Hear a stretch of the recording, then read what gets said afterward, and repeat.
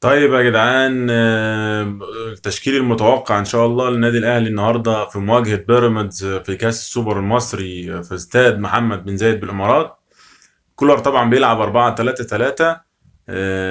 حارس مرمى محمد الشناوي، طبعا الشناوي العظيم بتاعنا. خط الدفاع محمد هاني باك يمين، معلول باك شمال، محمد عبد المنعم جنبه، محمود متولي، الا لو الراجل حب يلعب بخالد عبد الفتاح، بس ان شاء الله محمود متولي. ثلاثة في خط الوسط طبعا مروان عطية، الصفقة السوبر بتاعتنا، ديانج الدبابة المالية. حمدي فتحي طبعا اللاعب اللي بست رئات. قدام في الخط الامامي بيرتس تاو على اليمين، كهربا راس حربة. على الشمال هيفاضل بين حسين واحمد عبد القادر، بس بنسبه كبيره حسين الشحات، لان حسين رجله في الملعب، وحسين في الامارات معروف يعني ايه، بيبقى حاجه تانية. راجل الفتره الاخيره كمان يعني متالق صراحه.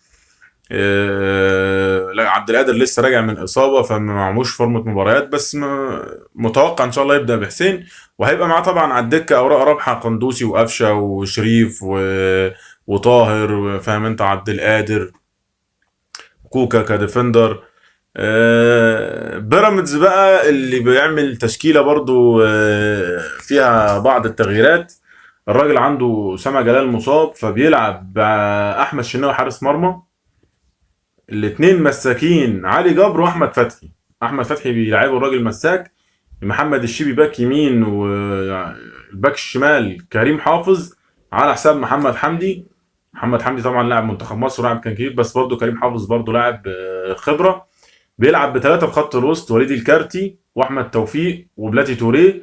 بيلعب ثلاثه في الخط الامامي اللي هو مصدر خطوره بيراميدز، مصطفى فتحي على اليمين، رمضان صبحي على الشمال، فاخر لقاي راس حربه. طبعا مباراه يا جماعه متوقع بيراميدز، انا بالنسبه لي فنيا اقوى من الزمالك بكتير.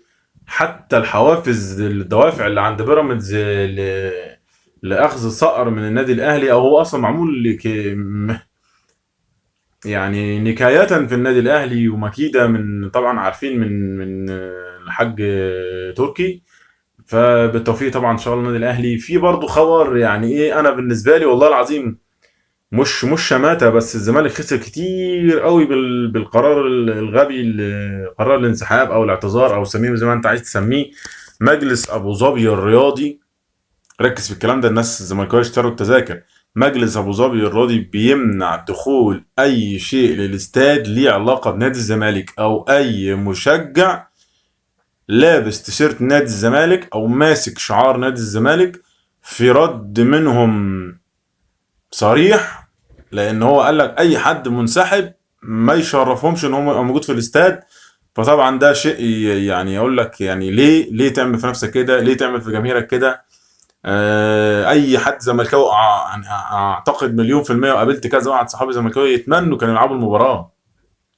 مش حاجة اسمها كهرباء واتحاد الكورة، ده عبث. يا عم انت متضايق من اتحاد الكورة ومن كهرباء، فوز وحط الميداليه في وش كهربا وفي وش اتحاد الكوره. لكن انت ما اعتقد بنسبه كبيره ده في يعني ايه حسابات، مستوى الزمالك متراجع بشكل كبير.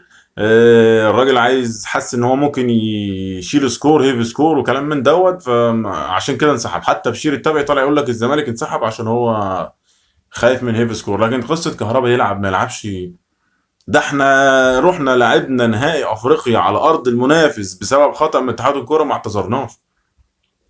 وبالعكس لعبنا وخسرنا، ورغم ان احنا خسرنا، احنا اللي رحنا كاس عالم انديه، والوداد خسر من اول ماتش وخرج، والاهلي هو اللي كمل وعمل بطوله مشرفه. طبعا نتمنى النهارده توفيق لنادينا الكبير اللي مشرفنا في كل مكان، وجماهير في الامارات مستنياه، بيستنوه من السنه للسنه. تابعوني في تحليل للمباراه ديت اول باول. كل التوفيق للنادي الاهلي. ادعمنا باشتراك على قناتنا هنا اللول تيوب. شكرا لكم.